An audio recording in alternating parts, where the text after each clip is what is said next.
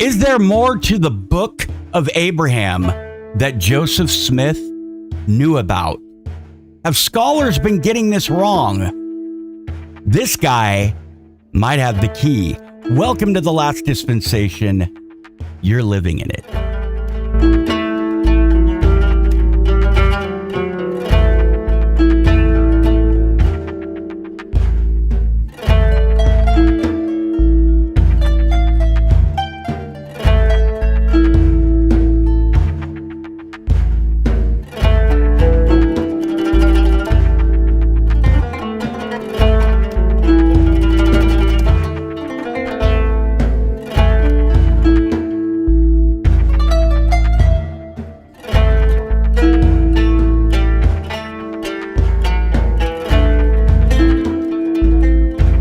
All right, brothers and sisters, I have had Ed Goble on before. Well, how long has it been, Ed? About a year? Oh, it's been a year and a half. Yeah. I think. Yeah, it's been a while. Or a little bit more than that. And we've talked about many different things.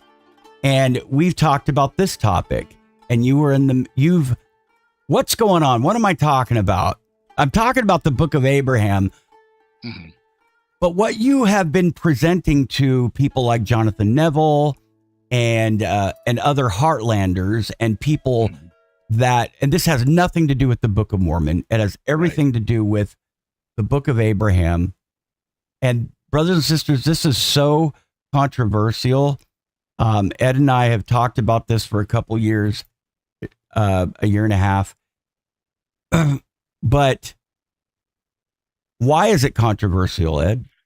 Well, it's because the papers that Joseph Smith put together with his scribes that are now published in the Joseph Smith Papers collections, or in the Joseph Smith Papers publications, I should say.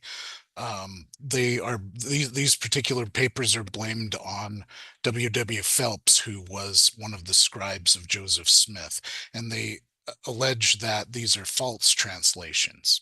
Okay. And so they try to do that to distance Joseph Smith from these papers. So basically what you're saying is that W.W. Phelps, was he a counselor of Joseph Smith at the time? He was one of the scribes in this group. Okay. Yeah, in this translation council, so to speak. William Wines Phelps, often known as W.W. Phelps, was a significant figure in the early Church of Jesus Christ of Latter-day Saints. He was appointed as the church's printer by revelation.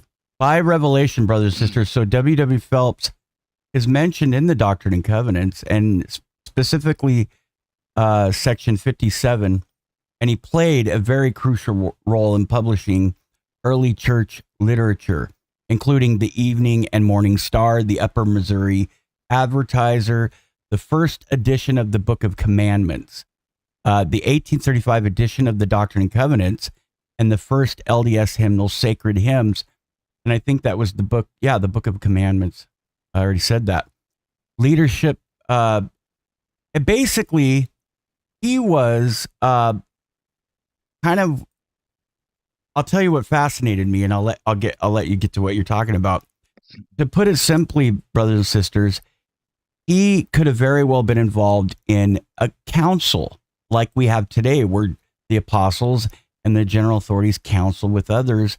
And when you're in a council with them and they involve you, if the prophet involves you in things like Joseph Smith involved people in the revelatory process as far as translation was concerned in the Book of Mormon and in many other things. So there are scholars that basically think that W.W. Phelps went rogue. These were his revelations. And what you're saying is, we don't know that for sure.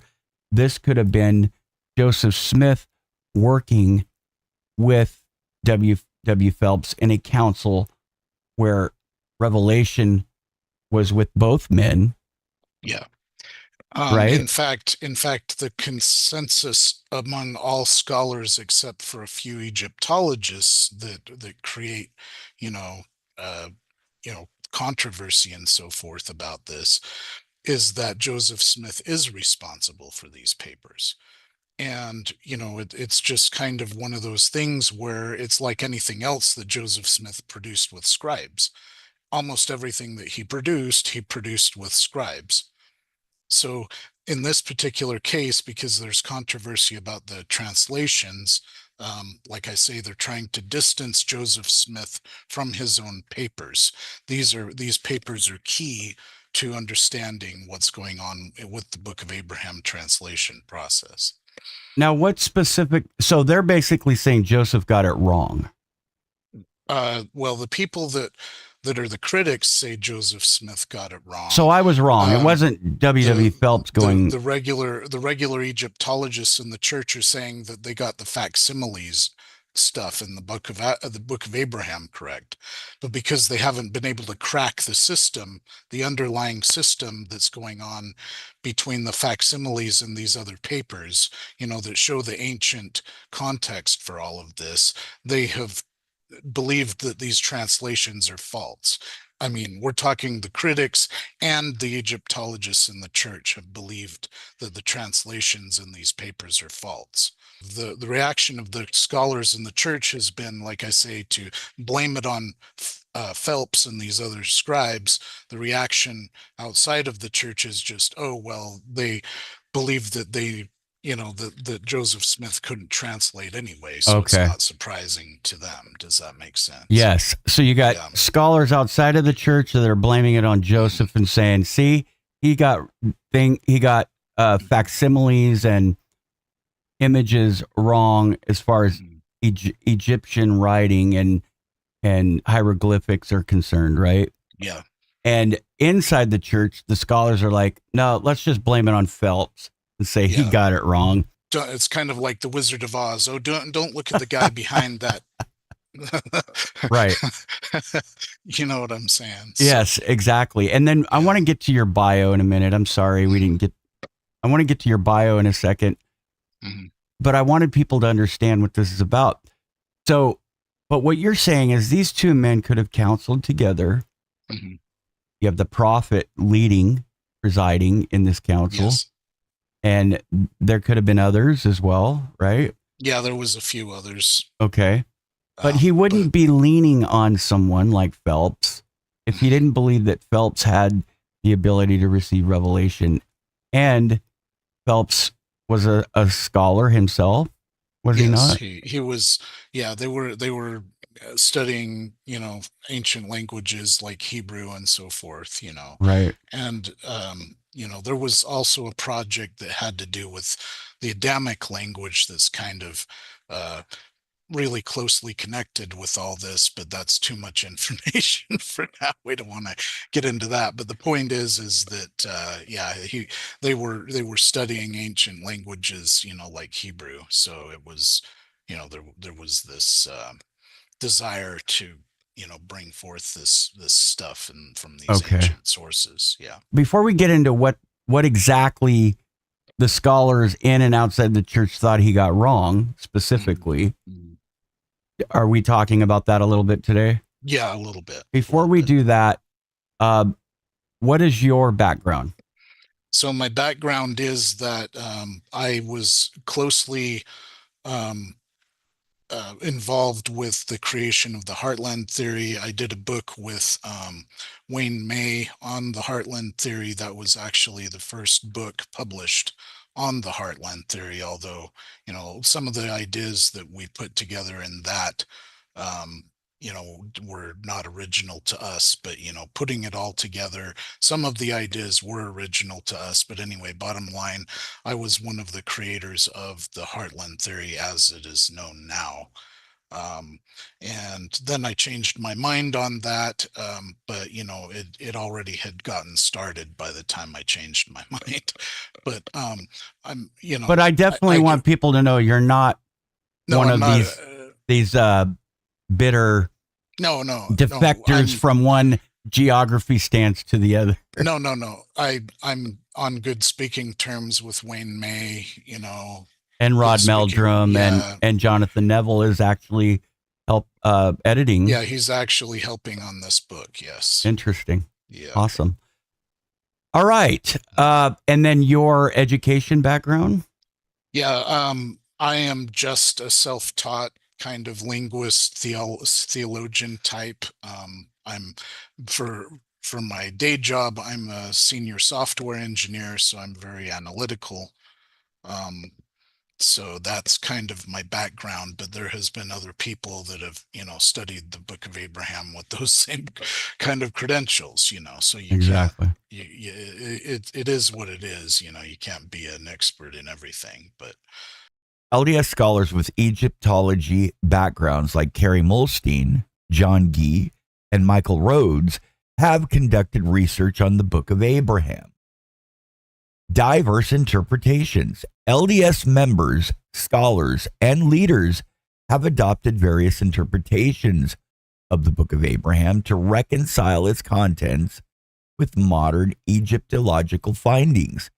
This suggests that many church leaders engage with the text, and we know this, despite not having formal Egyptology training. Ongoing research. There is continued interest and research into the Book of Abraham within LDS circles with scholars, as mentioned by Carrie Mulstein. Quote, "We are currently in a period of intensive research regarding the Book of Abraham. It seems that each month yields new and exciting information," close quote. Now, here's the question. Should this be limited to formal education of people that study an ancient land that's been known for its mysteriousness, not only because of its enormous pyramids and its great pharaohs, but also because of its mysteries that have never been solved, mysteries that challenge human understanding of this extraordinary culture? More than just historical mysteries, brothers and sisters, they are windows into the past. So remember this. Independent scholars can act as public intellectuals and change agents. This isn't something new. Advocating for important issues and doing what Ed Goble is doing, bringing attention to underrepresented areas of research.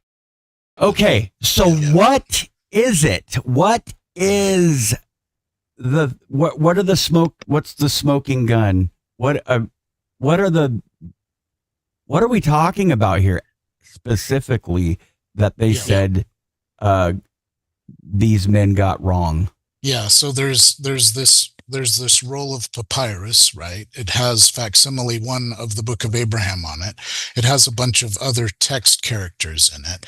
And, so like I say, that those text characters are key because they are they were removed from, or in other words, copied from the roll of papyrus onto these documents, and then they were translated.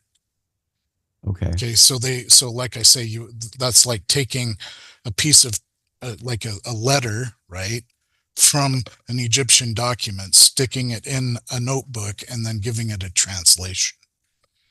So but these are like Egyptian glyphs, so they're a little bit different from our regular letters, right, that we're familiar with.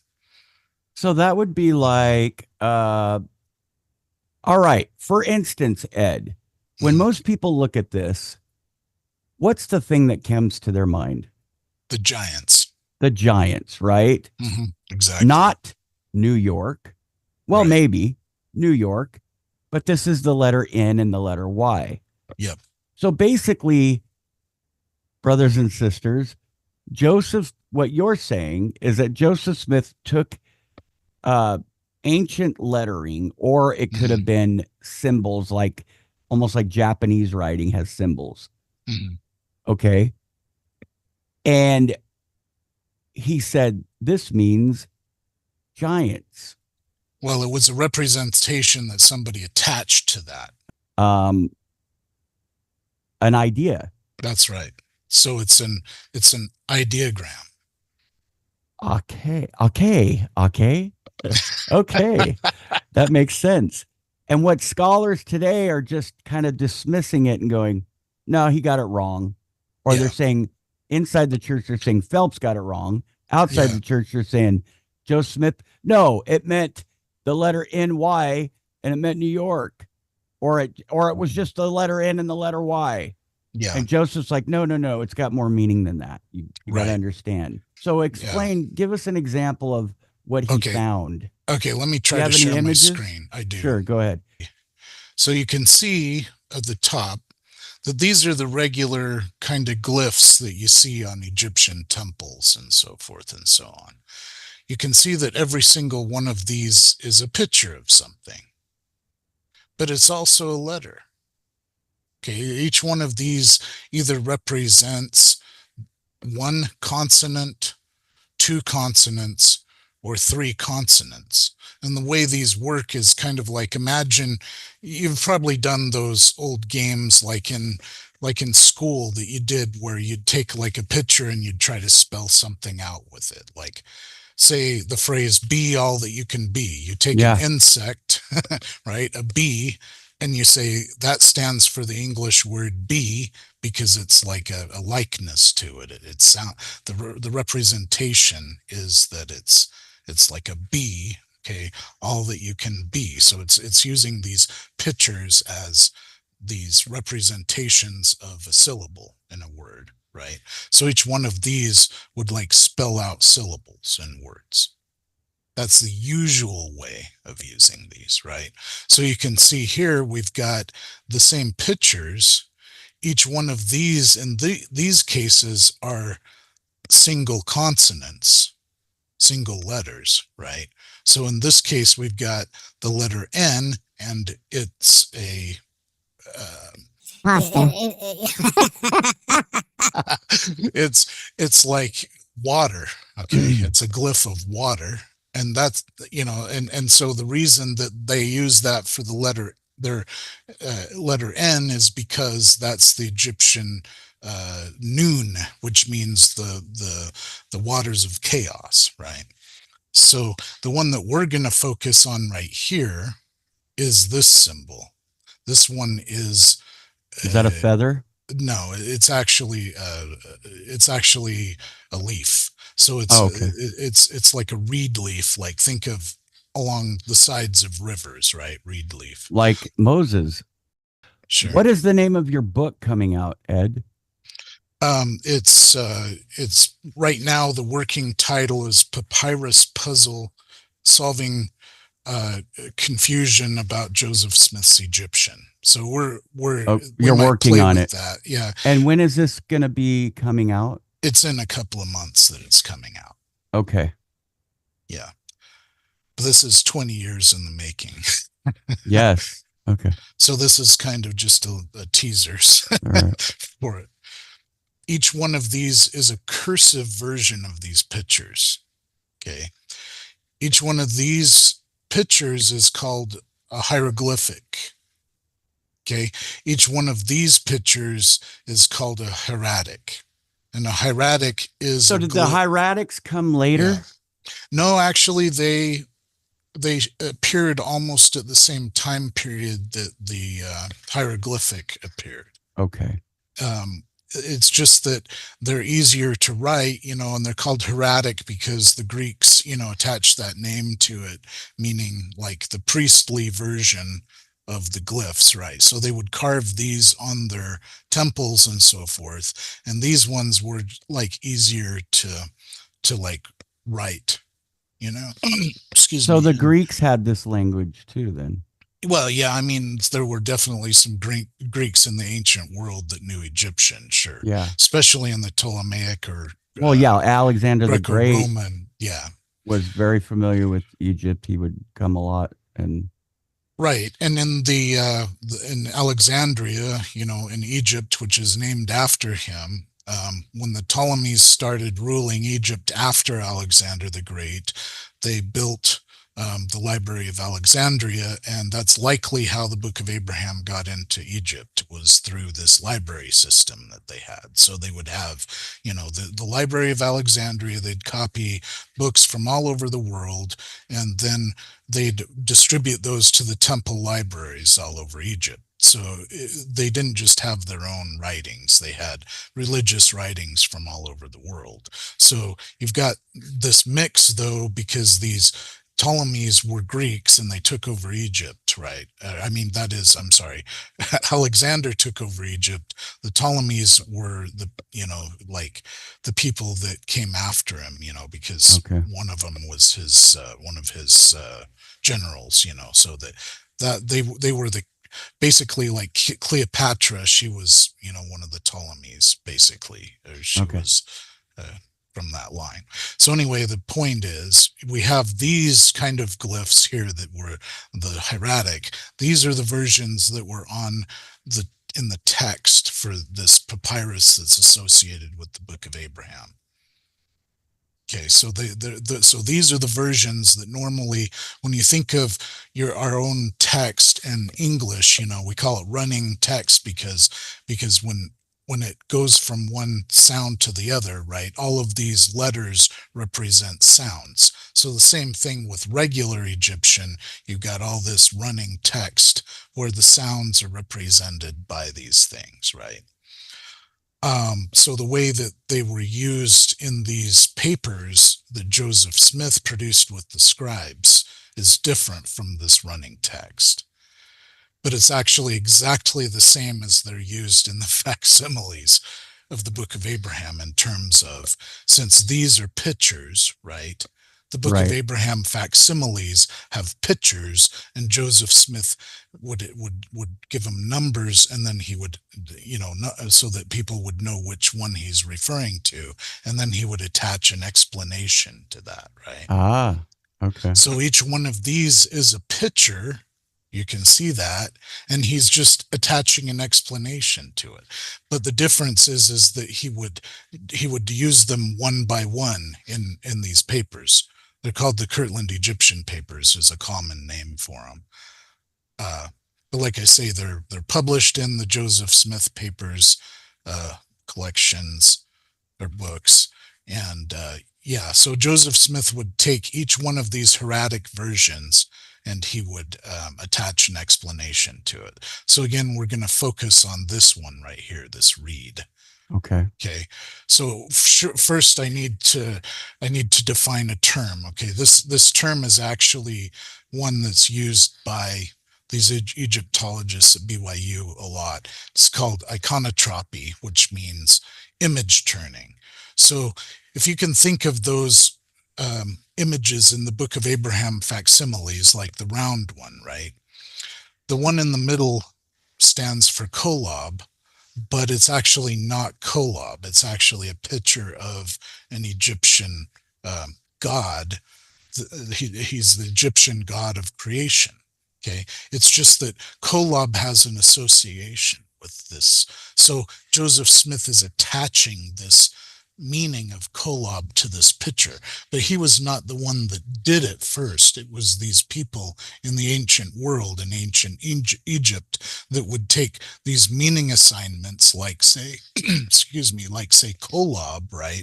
And they would attach them to pictures that had, so the pictures have this kind of generic meaning in Egyptian. And then these people would attach other meanings to them that are kind of thematically associated with them. All Okay, right. so So do you have the image that was attached to the well, Kolob? well, I do, but that's a different part of the book. That's not the one that I was going to Okay. focus on, because Okay. this one's pretty easy. This one's a lot easier to explain. So here's another version of the hieratic of this reed symbol. So as you can see, this is what we're talking about right here. This is one version, Okay.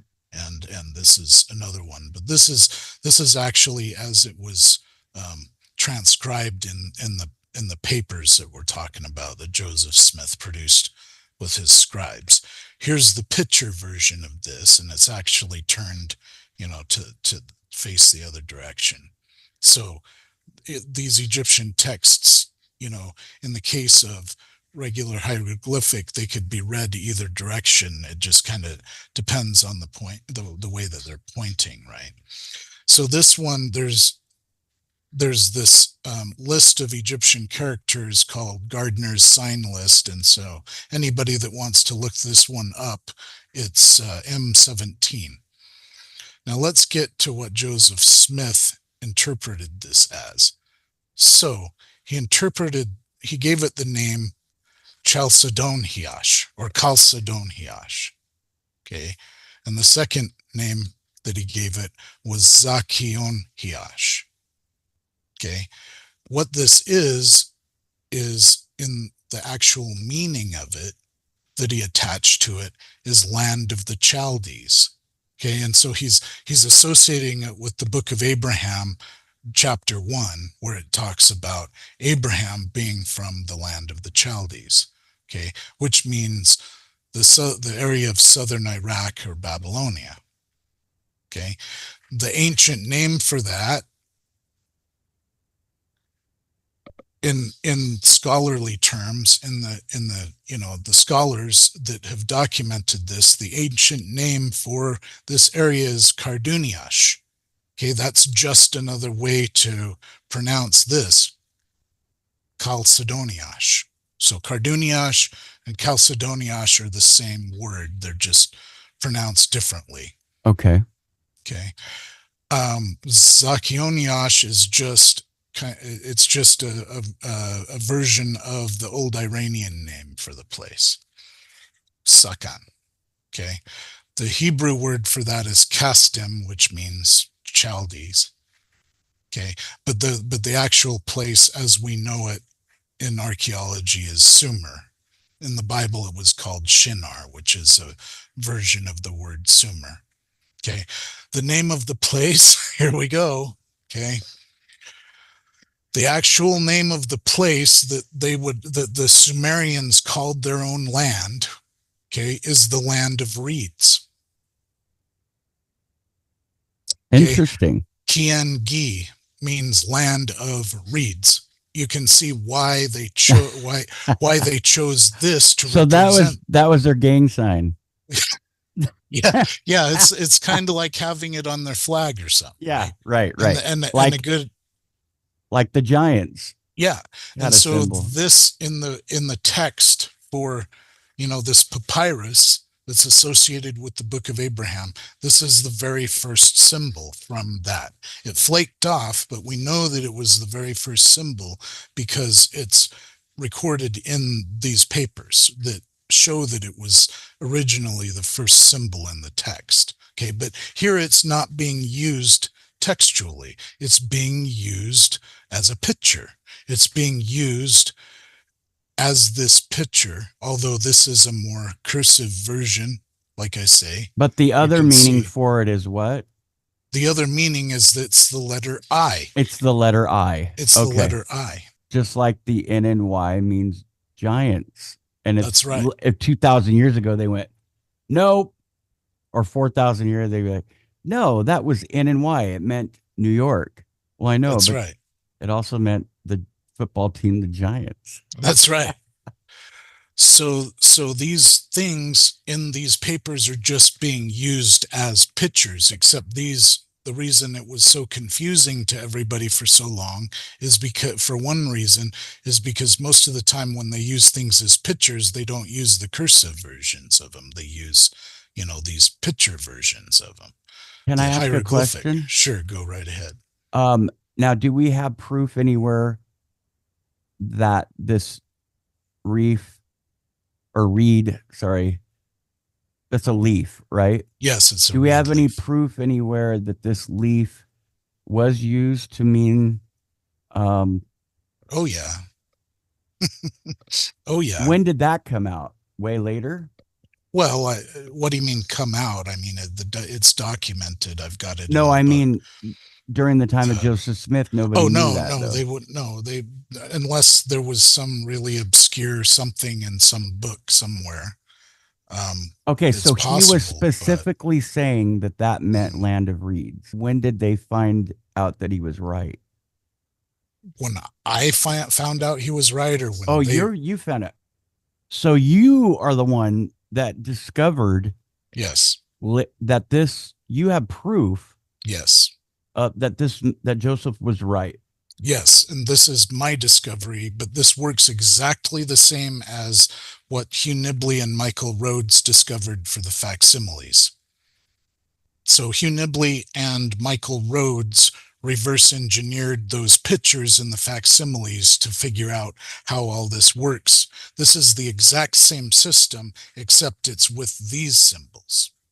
So this is following the precedent or methodology that Hugh Nibley and Michael Rhodes established. So So this Hugh is Nibley was on your side. well, Hugh Nibley was not on my side in life.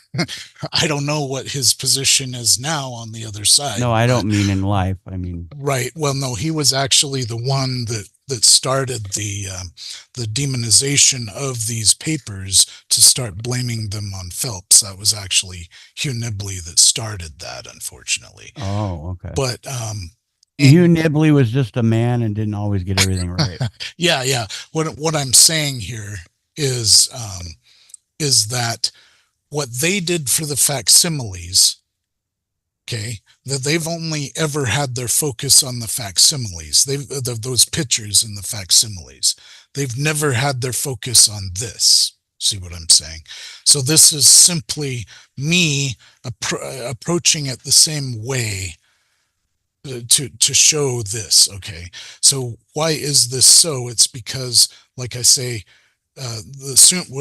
Sumer is land of reeds because it's a description of the area, because it's that delta with the Tigris and the Euphrates rivers, and there's a bunch of reeds around this river delta. See, so it's like a common thing.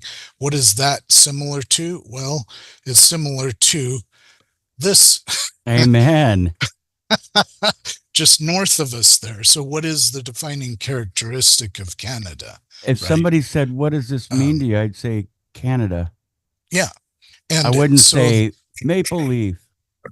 yeah, so what is defining about Canada? Well, a lot of their industry is based off of maple syrup and so forth, right? So that is the reason why this idea of, an icon or a logo or whatever you want to call it, based off of characters, common characters, okay, can be reused. They're iconotropically used differently from the typical, like just using them as a letter, right? Because they're also a picture. It's fundamentally uh, also something that the way Egyptian works anyway, because it's just a bunch of pictures. All of these symbols that the Egyptian language is based off of. And what is the principle? Well, it's just like in Doctrine and Covenants 128, right? It's saying that there is a likeness between this and that, right? We've got the ordinance of baptism by water to immerse therein in order to answer to the likeness of the dead, right? That one principle might accord with the other. So you got this literal thing and you got this symbol that has a likeness to it, right? Right. And so in this case, we got baptism where it's in the likeness of going into the grave, right? Going under the water. Coming out of the water is the likeness of the resurrection, right? And the same thing with the the baptismal fonts in temples. They're put down low underneath sometimes in the temple, right? That's the essential symbolism there, because there's a likeness between this and that, right? So this gets a lot more complicated with the usage of some of these symbols, but this is one of the fundamental ones that's the easiest in terms of showing how this works, right? Right. So this is just, all of them have a similar kind of um, fundamental way that they work, and this is how they work.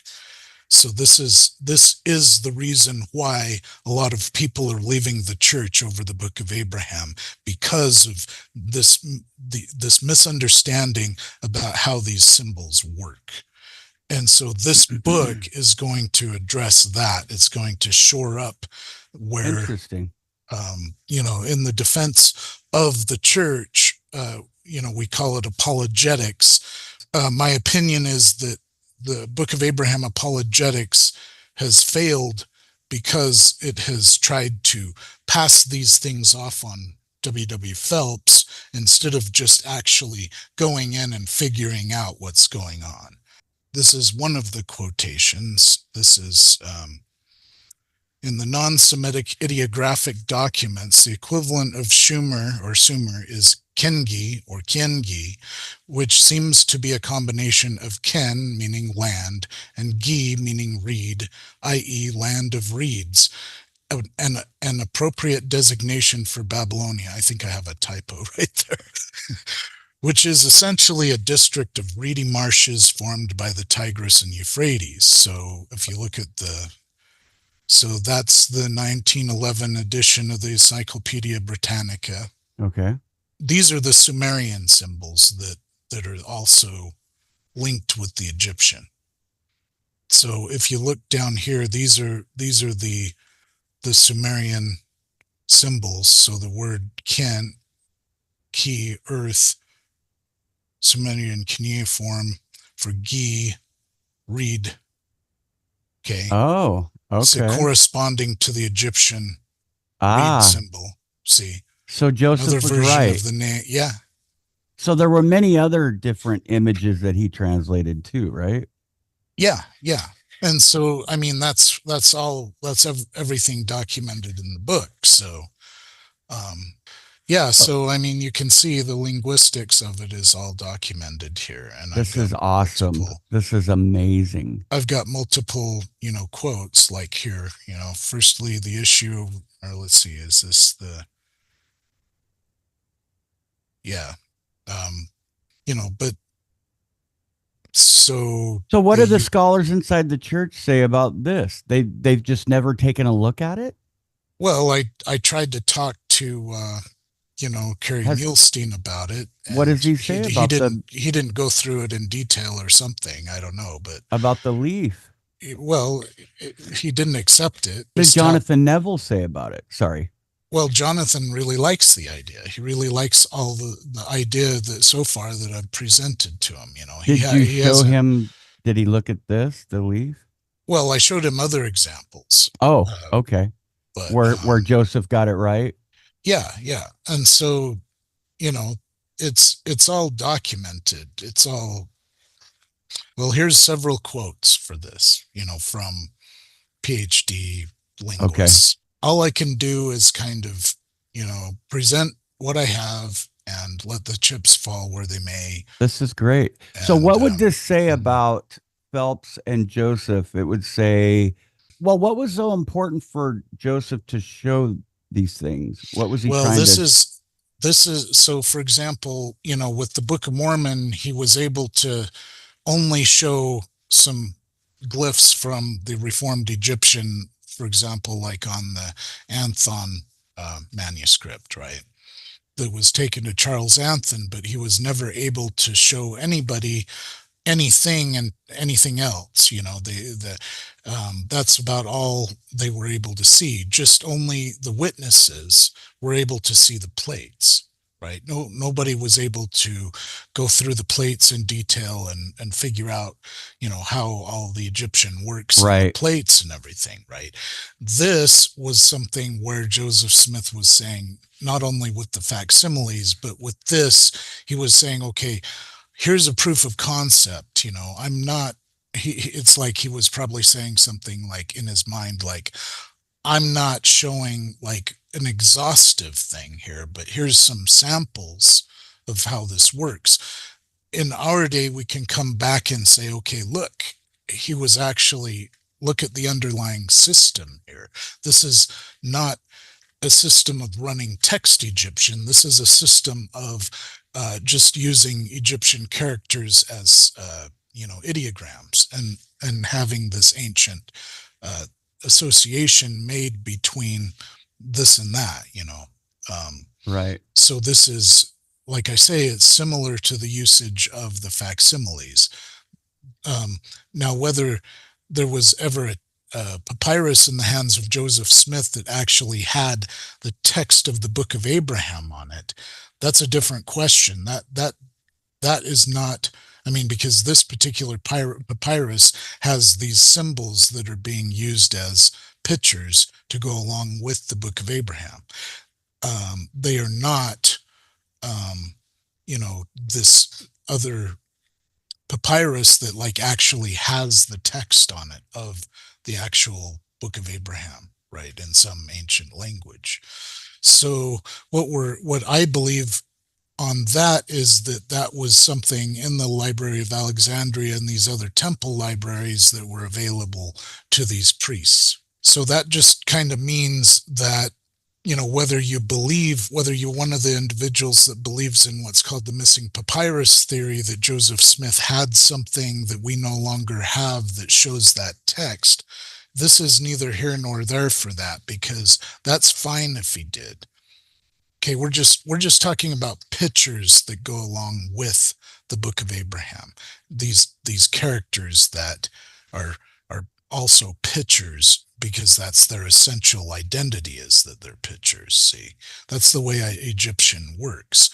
And Well, so, plus it yeah, shows that he was a prophet of God. yeah, That's absolutely. the main thing, is that you're Yeah, showing that, and that he could have worked in councils like our leaders do today, yeah, where it's not just one man, yeah. And and now, yeah, go ahead. Phelps could have had revelation too. Oh yeah, absolutely. See, that's the way councils work.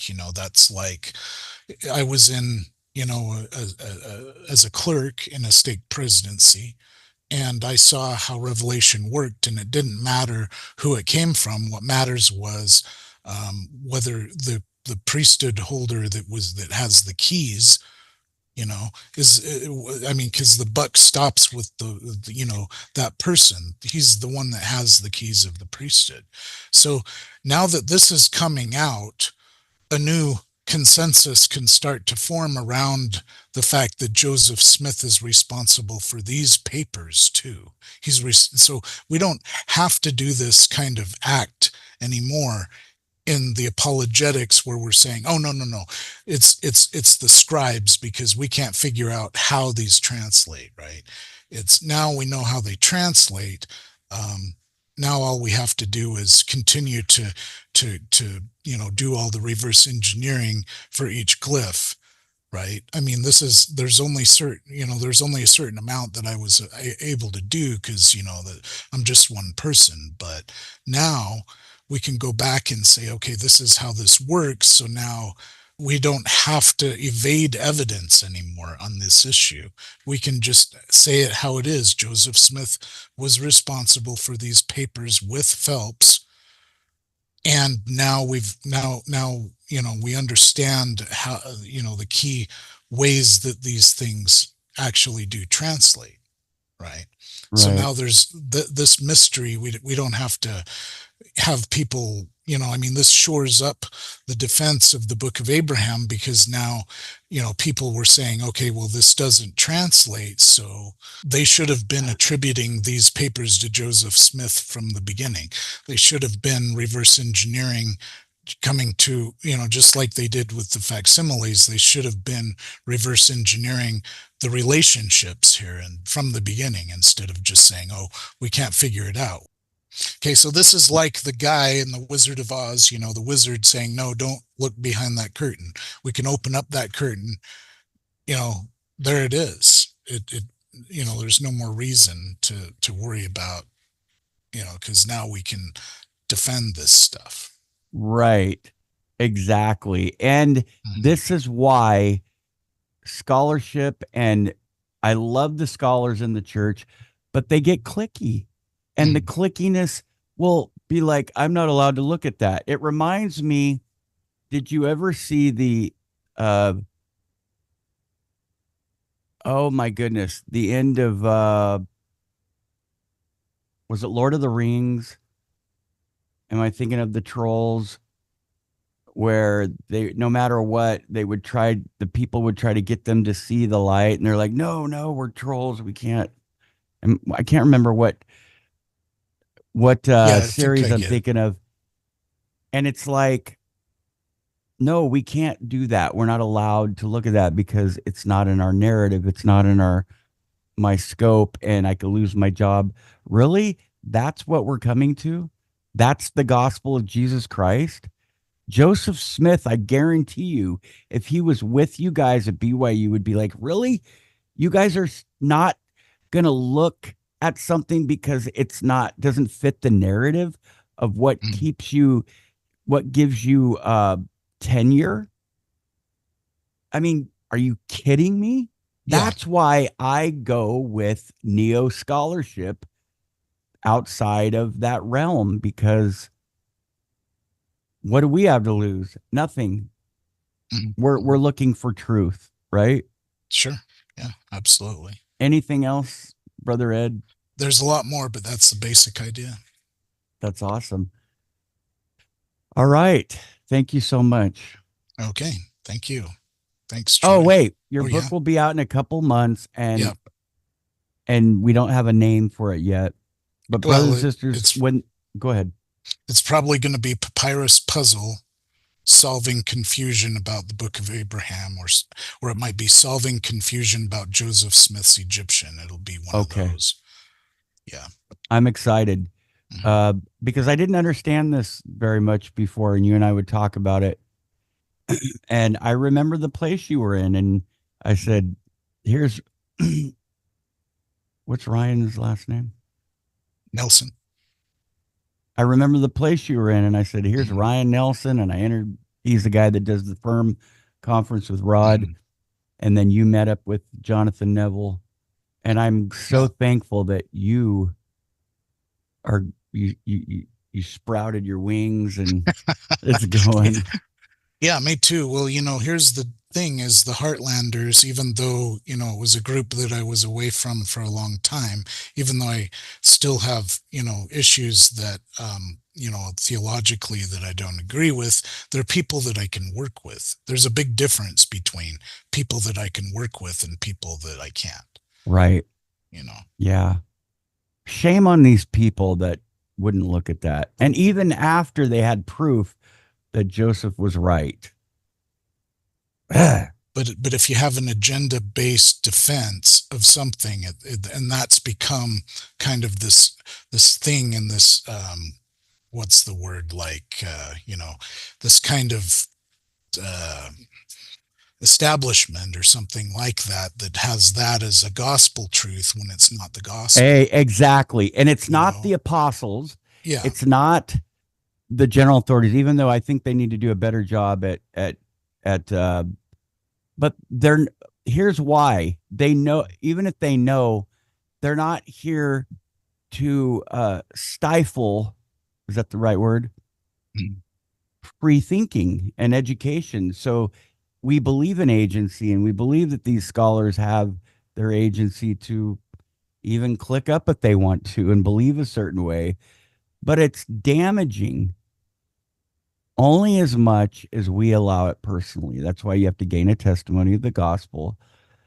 But it hasn't been the the leaders of the church. It's been worldly education that has caused most of the cognitive dissonances and the faith crises in people. It Well, is yeah. Even though, a lot of the good defenses for the church come out of these groups that are part of this establishment, there's still a lot of important things that come out, from these other groups like the Heartlanders. Even though some people may not agree with everything, um, I'm hoping for a lot of more collaboration with Heartlanders over time, where maybe I can bring some balance to some of that, following Jonathan's multiple working hypotheses uh, theory, or I don't know what you would call that. But like you're presenting more than one side of it in a presentation. You're saying like, okay, maybe you're teaming up with somebody and you're saying like, here's this take on it and that take on it, or something, and then yeah. so All right. Thank you so much, Ed. yeah, thank you. Good to be with you, Troy. Mm-hmm.